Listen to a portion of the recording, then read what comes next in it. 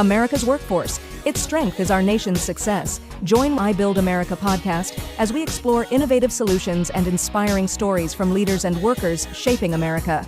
Discover actionable insights to build a motivated workforce. Hello, my name is Lorraine Lane. I'm with iBuild America podcast, where we highlight the people, places, and organizations that support workforce development across our country. Today, I have the distinct honor of interviewing Diane Roberts, Director of Youth Services of PG County in Maryland. Welcome, Ms. Roberts. How are you? I am well, and thank you for having me. Oh, no, thank you. This is so wonderful. PG County, Prince George's County in Maryland. Yes. Everybody knows PG County. And when you say PG County, we think of just an area that is booming, Yes. growing, innovation, in Maryland in itself, with an innovative governor. Absolutely. Oh, man. And some of the best blue crabs that you ever know in the country. All right. So let's get this started. Tell me about your journey with workforce development and what continues to drive you in this passion. I think I have a unique journey into workforce development. Realizing in the end, once I got into the position, that I was in workforce development since I was 14 years old. Oh, please. I want to hear this. Tell me about I was born and raised in Chicago. Okay. And so I was one of those youth in the summer jobs program, workforce development. Yes. From that summer jobs program I was tutoring third graders. So when I was 14 years old, that summer I was tutoring third graders. Wow. I became a teacher. Actually, a business education teacher, teaching career and technical education. Again, workforce development.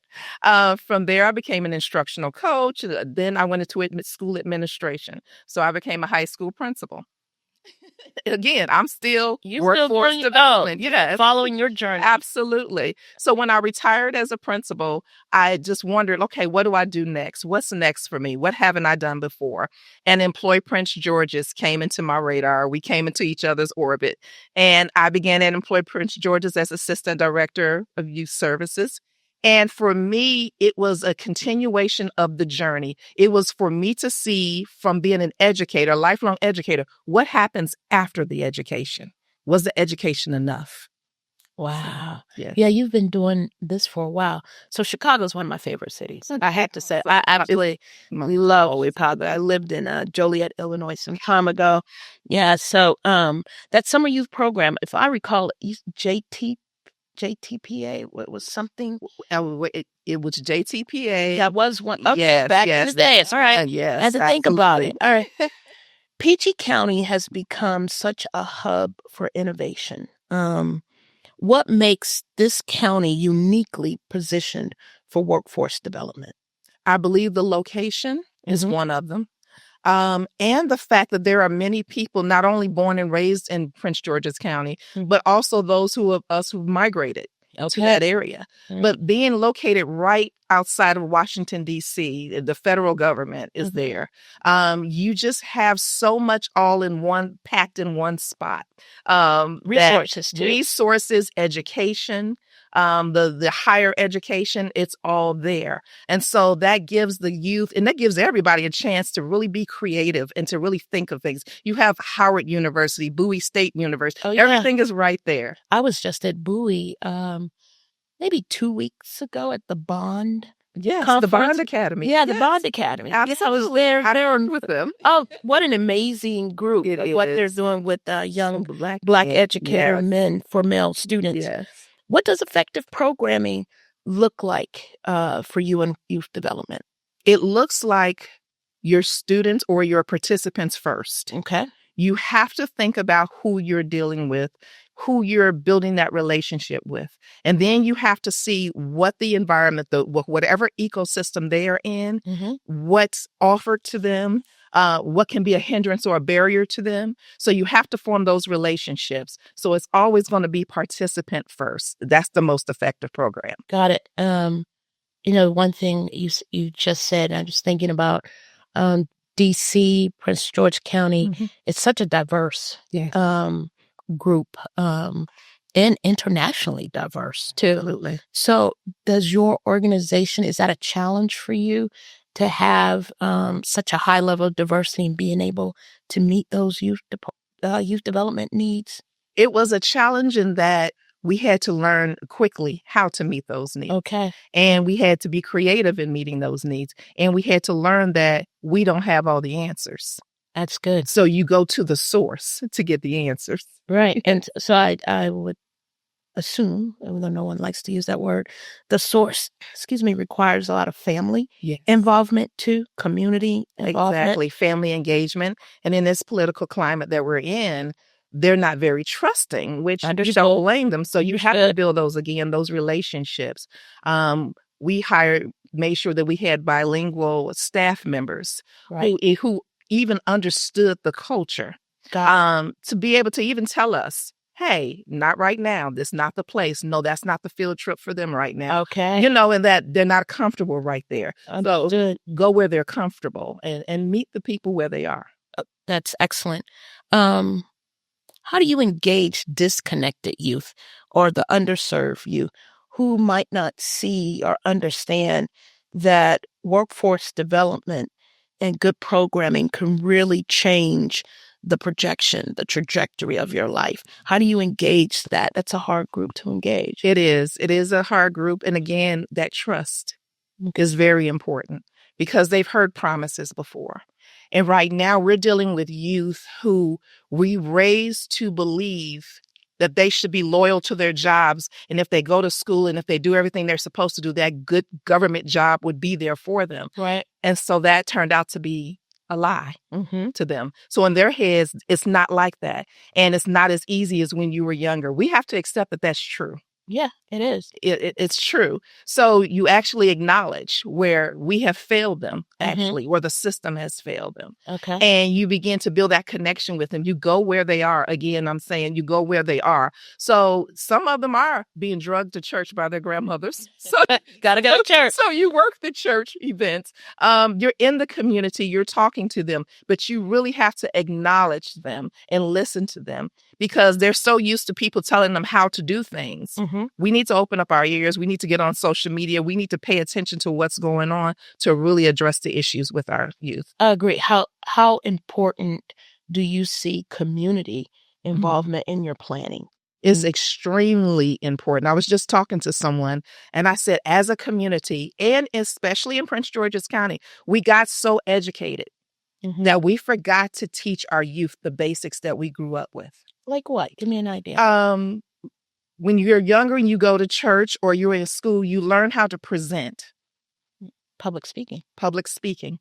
Okay. You learn from your grandmother, your aunts, your uncles. When you walk into a place, you speak to everyone. Good morning.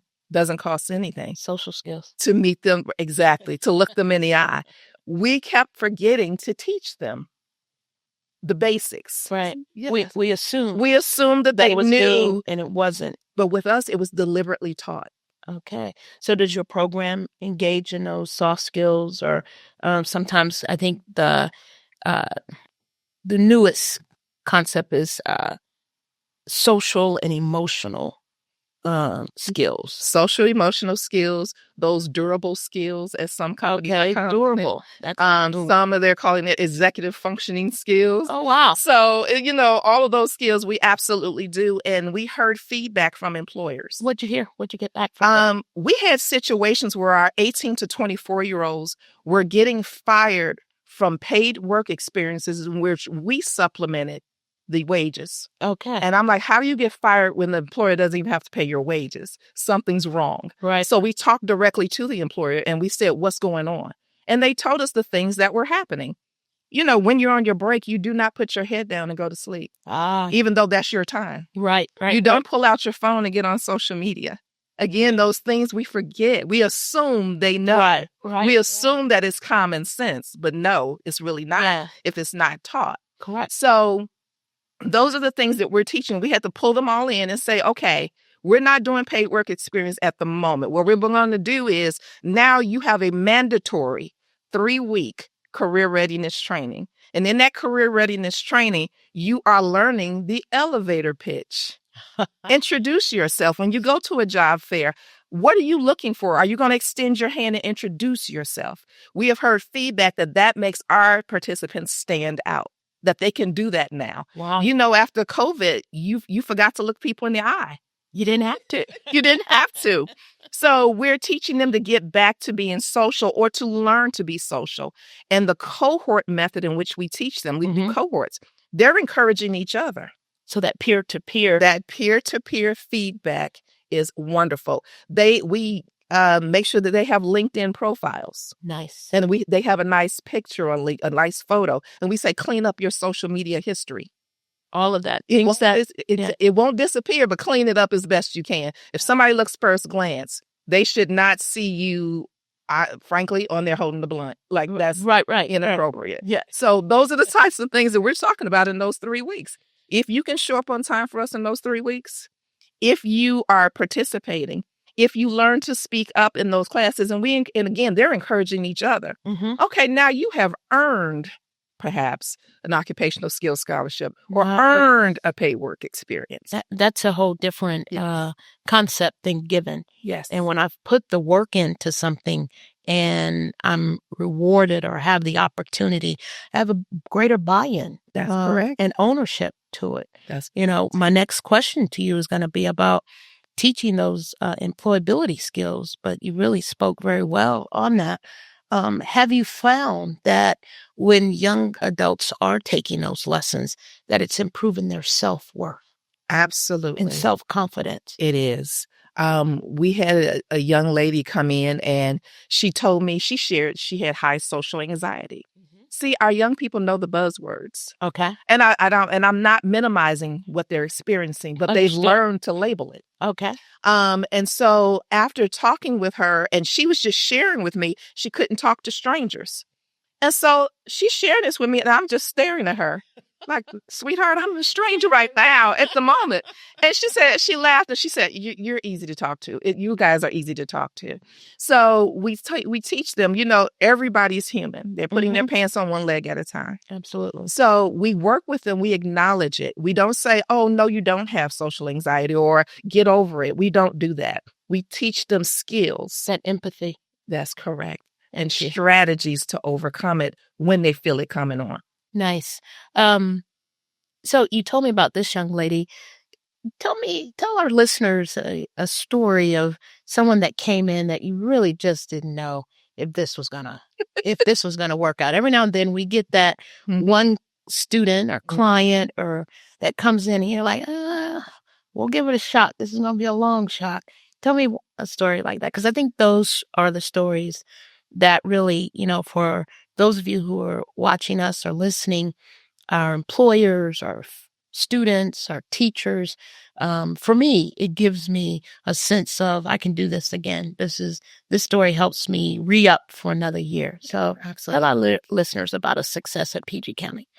We had a young man come in, and this young man was really all over when we initially met him, he came in for an eligibility. Okay, what funds are you eligible for? And we were speaking with him, and he broke down and cried in front of everybody. Oh, wow. Now, he had this tough demeanor and everything. So I'm thinking, okay, he's going to be a hard nut to crack on here because he's just staring at us. But he broke down and he cried. And I said, what's going on? And he said, I need somewhere to live. Now, this story will become funny a little later. He said, I need somewhere to live. I said, well, you don't have anywhere to go? He said, well, I live at home right now, but I got to get out of there. I got to get out of that house. I said, okay. So what is it? And we began to go through what would he like to do. He was all over the place. He had a record, in juvenile justice system. He had done something. He messed up his trajectory because of he did something and, caught a charge. So he was dealing with that. He was dealing with the fact that at home, he said they were getting on him constantly. Okay. So then what do you want to do? I think I want to be a police officer, but I think I also want to cut hair and have my own shop. And I'm a photographer. And I'm this. And he had a lot of career pathways. So many career pathways. When all was said and done, we worked with him on many different things. Of course, he couldn't be a police officer yet. He couldn't have those charges. So you're working on that. You have an attorney. I laughed about I don't have anywhere to live because basically It was that he didn't want to listen to his parents. Right. And I'm like, you don't go sit down and go clean that room like your mother told you to. That's where that became. But right now, the success in that is for his photography skills. We were short on some things in our funding. And remember, I said they get LinkedIn photos. They get the professional. We said, hey, can you come in and do these photos? Let's see what your skills are. Partnership. That was a great partnership. He would show up at different events, take the photos. We were able to give him a stipend, but it was just he takes great photos. Also, he is currently now working on his CDL. Because that was part of one of the things he wanted to do, was be a truck driver. He works with cutting hair, so we had him partner with some schools to cut some hair. So he is a great success story because he's all over the place, and we were trying to bring him in. But we had to tell him the difference between a career and a side hustle, entrepreneurship. Right. So we were saying, you're going to get there, but okay, what are we going to do first? Right. And then he's still at home. Okay. He started working as a security guard. So he's CDL, security guard. He is checking the boxes, though, and everything he wants to do. But what makes him stand out is he went from this disengaged participant in the very beginning, job seeker, disengaged, to becoming everywhere. If we ask him to show up, he'll show up. He'll speak to anybody. And he's hungry. And that's what employers need to know. They may give you one look, but when you dig down in there and you get to know them, they're hungry for attention, for mentorship, for feedback, and for growth. Wow. We're in a relationship business. Absolutely. And so it requires that we get to know our clients, those that we serve, on a deeper level than most. Yeah. I'm not going to say unfortunately, but fortunately, and I say us because I'm in the Job Corps industry. Okay. And which is another form of workforce development. And in our industry, we hear a lot, we see a lot, but I think our young adults really depend on us being the consistent model. That is when you tell me the story about this young man who wanted to do so many things, what's really unique is that your agency was able to give him those experiences. And from that, he almost has a menu to choose from. He does. To decide which thing that he wants to do the most and on a consistent basis. Absolutely. And I like that you tell him, hey, we got to hone in and understand which ones are a career and which ones might be a side hustle for you. Apprenticeships. Yes. They are gaining national momentum. How is your agency either partnering or preparing for your youth to either become pre-apprentice or partner with employers? One of the things we're doing is we're working with parents and working with families so that they can open their minds to apprenticeships. It's interesting that you say that, because one of my questions is, how do you engage parents? Because some people, and I'll say culturally, the African-American community, college, absolutely. College was, you went to high school, you go to college. I think we're beginning to turn that trend. So I'll let you finish, but it's just, you're spot on where I'm going. Absolutely. Because again, Prince George's County is very educated area. Yes, very educated. However, we need to look at what's going on right now. Student loans you don't want to pay a student loan for 50 years, the next 50 years. Tell me about it. So engaging those students, you have to talk to them on that level. You also have to say, no, I'm not pushing you toward manual labor. What is it that you're passionate about? Are you really passionate about going to school and studying English literature? What are you really passionate about? And what's going to pay in the long run? So what do you want to do? What are you passionate about? What's going to pay? And you're engaging the entire family in this conversation. Oh, yes. Because for me, sometimes I think about myself as a parent. I have 3 college graduates. However, I did force them. I forced them. I look back on it. I feel kind of bad now. I did. I was like, no, but in this house, we're going to college. Oh, yeah. Well, that was the wrong thing at that time. Right. For them, it worked out. It did work out. But that's what parents are doing now. We're college graduates. You're going to be a college graduate. Right. And you can't look down on that. So you're connecting with these trade organizations. We're really exploring, and we're taking the kids on field trips to the different trades. Nice. Very nice. Exposures. Yes, absolutely. So again, you have to see what ignites your passion. If it's college, that's wonderful. But if it's not, that's a very expensive career assessment. Yes. To go to college. To figure out that and change your major. Yeah. That's thousands of dollars, no refund. Right. And absolutely none. None. The beauty of apprenticeship programs is that, not only you learning, but you're earning too. Yes. And you're guaranteed certain wage increases. That's correct. And if anyone has ever had any type of work done on their home or in healthcare, you're paying a pretty penny Absolutely. for that plumber to come. For 15 minutes. Yeah, and then $75, and he's going to come back and tell you what else needs to be done. Correct. But I'm also finding a gentleman that I spoke to earlier was talking about, when we normally think apprenticeship, we think hard trades. Yes. The construction trades. Well, apprenticeship is moving in all sorts of directions now. Culinary, healthcare, hospitality as a whole. Yes. So there's just so many various pathways and apprenticeships that young adults can go. Yes, and it's about educating the community. Oh, yeah. That was one of the things, it's not just the young person, but the community needs to understand that. The parents, the educators. Yes. Do you ever run into conflict with educators who may not understand the value of apprenticeships? Not anymore. But at one point. At one point. Really? Not anymore. Okay. Now the educators are all for it, and there are organizations like Clark Construction that do an amazing job. They have an educator day. Oh, tell me about that. The first one I went to was last year. Okay. Where they called all educators, workforce development, everybody who are dealing with young people, they called them into D.C. Okay. Right at the Capital One Arena, it was going on. And they talked about how there are over 300,000 openings that's going to occur because the people are retiring. Mm-hmm. And then they began to talk about the various areas of the different trades and non-trades. Mm-hmm. But this was particularly in the trade unions. And they just gave us the education of what's going on. I remember I said, if somebody does a career assessment and they're into the construction, I'll be able to guide them. And the person at the table said, well, what area of construction? Where would you guide them? Would they be a finisher? Would they be a bricklayer? There's so many. And I just looked, I said, I didn't even think of that. Mm-hmm. So that was just opening our eyes to what's going on. And so from there, the teachers got excited about it.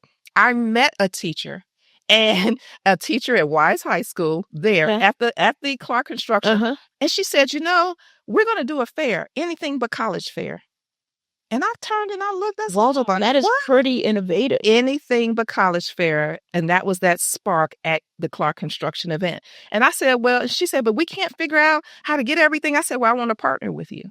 And we began that partnership. And it was a huge success. Oh, I bet. Yeah. I like that. Anything but college fair. What leadership lessons have you learned while working in workforce development and youth programming? That you need to listen to the people and don't judge. Okay. And I'm going to give you an example. When I first became assistant director of youth services, I have a team, our Knowledge Equals Youth Success team. They work with 18 to 24-year-olds. Say that again. Knowledge Equals Youth Success. Okay. We call it KEYS, and they're 18 to 24 year olds. Well, they work with 18 to 24-year-olds. I thought that they were very emotional people. Now, I'm coming as a principal, right? This retired principal, and I'm thinking, you are getting too caught up in these people. Like, it's just too much. And so until I worked right alongside them and listened to them, and then met the participants and listened to the stories. The passion. It was like, oh, no, we have to help. Now I'm calling them by names. Where's so-and-so? What are they doing now? No, call their house. So you can't come in thinking you know everything. Right. It's not an anonymous job, or they're not numbers. You're coming in and you're dealing with real people. Mm-hmm. And while I did that as a principal with students, now taking it over to adults, again, that was my assumption that adults didn't need it as much. Wow. But they do. Oh, yeah, they absolutely do. What keeps you optimistic about this job, this passion? Looking at the success stories. Okay.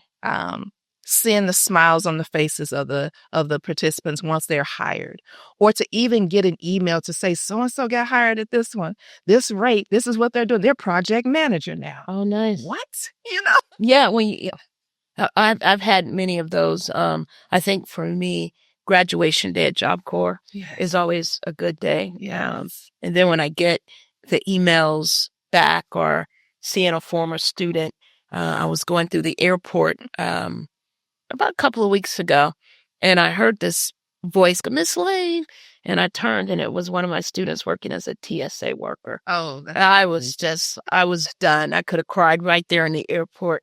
I was so proud of her. What message would you give directly to youth who are uncertain about their future? One of the things I would say is, just because you start at one place does not mean you're going to end there. I just took you through my whole workforce development life, starting someplace. And even though your path may not be a straight path, it's okay. You pick up things and you learn as you go.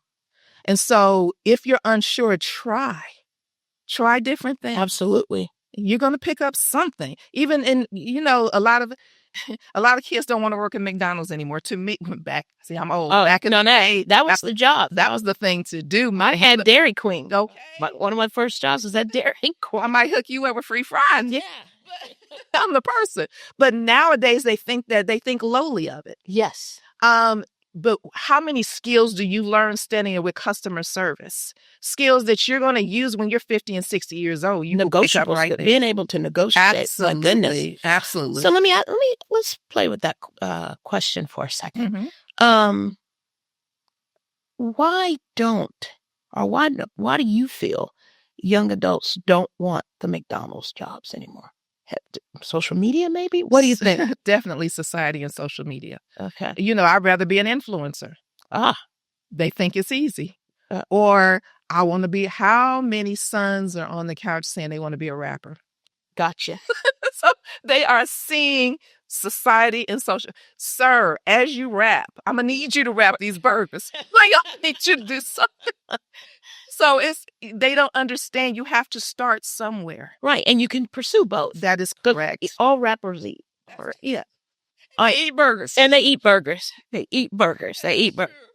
So if you could instantly solve one problem in workforce development, oh my gosh, what would that be? I think it would, I'm going to just maybe open up the minds and the hearts of different employers.